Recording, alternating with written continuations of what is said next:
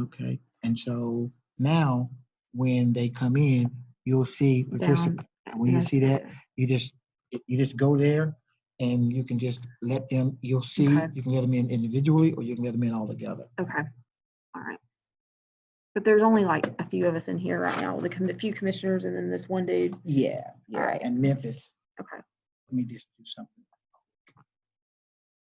Mhm. Okay. Let's see. It's easy enough. I don't think I've ever started it from scratch before. Yeah, well, I'm gonna send you.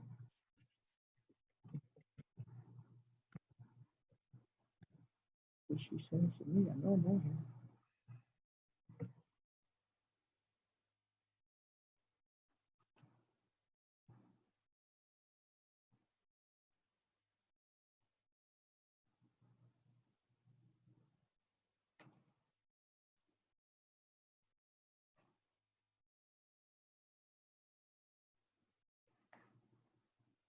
There it is. So if I do this.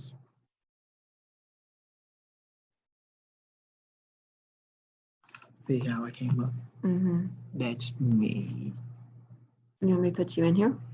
No, I'm just saying, so you can knit and let's see. Now you're in here. And now, Okay. but I'm gonna leave the meeting, so. Okay. Okay, cool. Very good. I'm just gonna let it go, just so that way. We're Well, good. it's being recorded. And we are recording right now. So can You I can pause pause it it, and then yes. restart it when Mhm. we get, okay. If you had had the hearing, if you had had this this hearing and determined that that the subject was actually in violation of an order of protection, is that what you're looking for in the hearing, or would he have been given a second chance, or is this something that would have resulted in termination? It all depends on his past history. He could have been terminated, but he also could have got a lengthy suspension or just a short suspension. It all depends on how the hearing would have gone. But since we didn't get to that point, we don't know. I mean, he could have been terminated, not saying that he would have. He could have received a suspension. And based on the facts, he may have even gotten a written reprimand. It all depends on what would have came out. But like I said, he resigned before we got to that point. I saw his letter of resignation. He didn't indicate any reason for his resignation. Are you aware of any purpose or any why he resigned? What is did he have another job? That was for me. It broke up. I'm just wondering if you're aware of, did he express to you his reason for resigning? Was it solely because he was facing You a can't possible... repeat that because it broke up. Okay. Did he say anything or communicate anything to you about why he was resigning? Was it solely because he thought he was going to be terminated? Okay.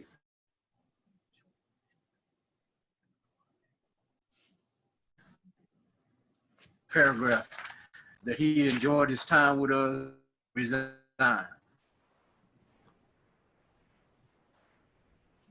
Okay. But as far as you know, then he didn't have another job. He was leaving that department to go somewhere else or anything like that. It was just, he didn't say, did he? No, not that I know of. No, sir. No. Okay. What's his history with the department? Has he had any other disciplinary issues during the time he's been with Memphis Police Department? No, no, sir. He was only on here for 2 years. Did he come to you right out of the academy? Yes, sir. Okay. All right. Thank you, Colonel. Yes, sir. Commissioners, do you have any other questions?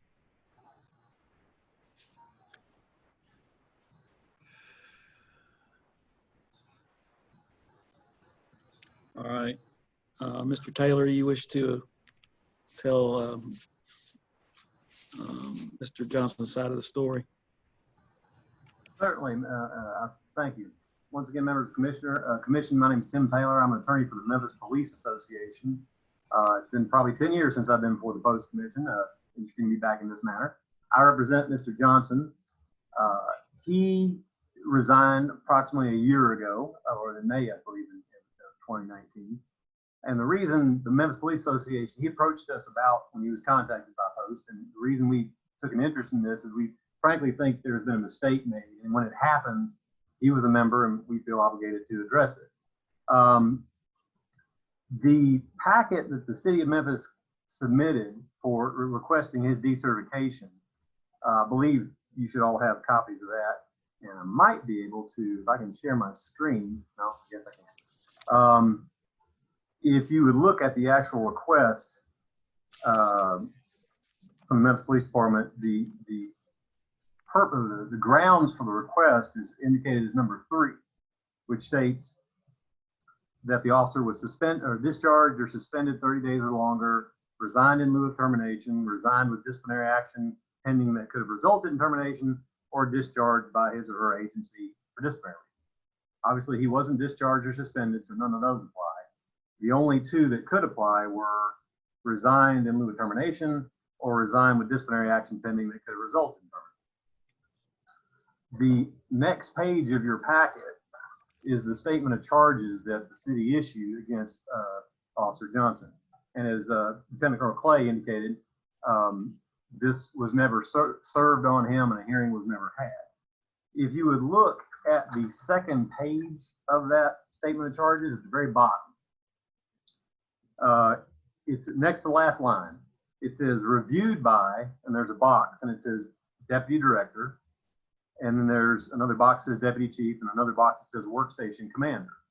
Now, if you note, there are initials in the Deputy Director box. Those initials are JR for Deputy Director James Ryle. And then there are initials in the box for Workstation Commander. That's JO for Colonel Joseph Oakley, who was the commander of Officer Johnson's station at that time. So those are the 2 command staff officers who reviewed this statement of charges. And then the next line says delegated to, and there's only 2 boxes. One is for Deputy Chief, and the other one is for an officer at the officer's station or bureau. In this case, they've marked station or bureau. They've circled the rank of colonel, and they've actually written under it Colonel Oakley. So under Memphis Departmental Policies and Procedures, that means that the hearing officer that was going to hear this case was going to be Colonel Joe Oakley, who was Officer Johnson's commanding officer at his precinct. Now, also, Ms. Greer sent it out with your packet sometime shortly before this hearing. There's an excerpt from the City of Memphis Police Department Policy and Procedures Manual. And is it possible for me to share my screen? Is it possible for somebody allowed to do that? And then I can bring it in and everybody can see it. We're going to do that in just a second. Oh, okay. Save people looking through it.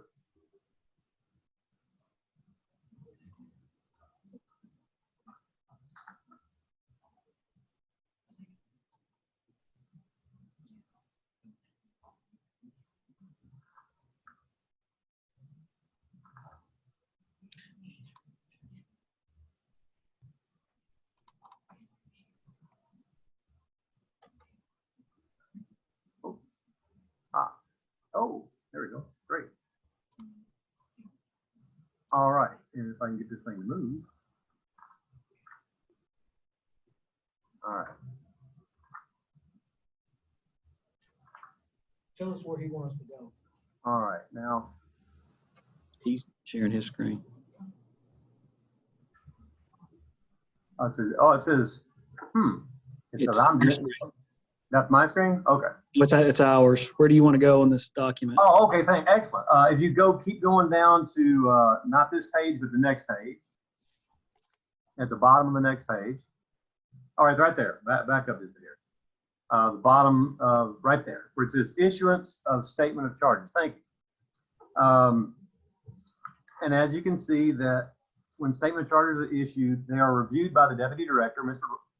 Director Ryle, whose initials are on there, and reviewed by a staff member, and they authorize the assignment of the charges to a hearing officer, and then it's sent to the station's bureau commander, who then figures out what to do with it. If you would then go back up to the top of the second page of this document. There's a table there. Oh, right there. Okay. This outlines the amount of discipline that every supervisory rank in the police department can issue. Obviously, the director, the deputy director, and a deputy chief can issue discipline that ranges from an oral reprimand up to a termination. The next level down is the station or bureau colonel, which would have been Colonel Oakley in this case. And as you can see, a colonel can only authorize a discipline ranging between an oral reprimand and a 20-day suspension. Now, we're not conceding, obviously, that Officer Johnson would have received any discipline. It's our position that he may have received none. However, the most he could have received under Memphis Police Department policy and procedures was a 20-day suspension, because when the deputy director issued the statement of charges to be heard, it was issued to be heard by a colonel, Colonel Oakley, and the most he could have done is a 20-day suspension. So as a result, based on the department's own policy, Officer Johnson resigned. If he was facing anything, he was facing at most a 20-day suspension, which is not a severe enough discipline to trigger the post-commission rules. And frankly, we simply think that the request was a mistake. It is certainly not unheard of for a Memphis police officer to be disciplined. It is not unheard of for a Memphis police officer to resign while there may be some charges pending. We frankly think it got processed and someone saw, well, here's a statement of charges that wasn't heard. He resigned. He must have resigned facing termination, and they processed the request. And they didn't actually look to see that it was only assigned to a colonel and he couldn't receive any more than a 20-day suspension. So based on that, it would be our request to the committee to decline the city's request to decertify him and let his certification remain. At this point, his certification is, I understand it's effective, but it's inactive. The reason that's important is he is actually working in Georgia now for another law enforcement agency. And there is the issue of when he achieves a certain period of time and in Georgia, he can get reciprocity with his Tennessee posting. So once again, based on the department's own policies, if he was facing any discipline, he was facing at most a 20-day suspension. And for that reason, we would request that the commission decline the request to decertify. Thank you, Mr. Taylor. Commissioners, do you have any questions? Switch back up. Yeah.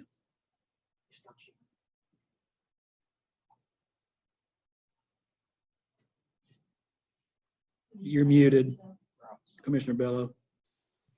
Yeah, I have a question. Okay. What's the status of the ex parte order? If I'm at Commissioner Bello, my understanding, it's long since over with. There was no further, and Mr. Johnson can correct me if I'm wrong, but based on my information, I can answer that. He got it dismissed on July 25th, 2019. I got the paperwork right here. It was dismissed. July 20. I got it. Okay. Yeah. Right there. Thank you, Colonel. And Mr. Johnson is still actively pursuing a career in law enforcement in Georgia at this time. Yeah, yes, sir, he is. Thank you.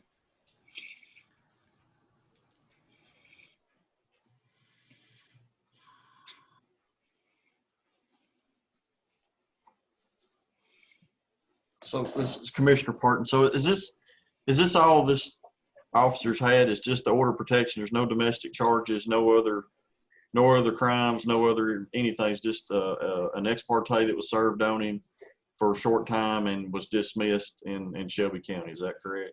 That is correct. Yes, sir. Okay.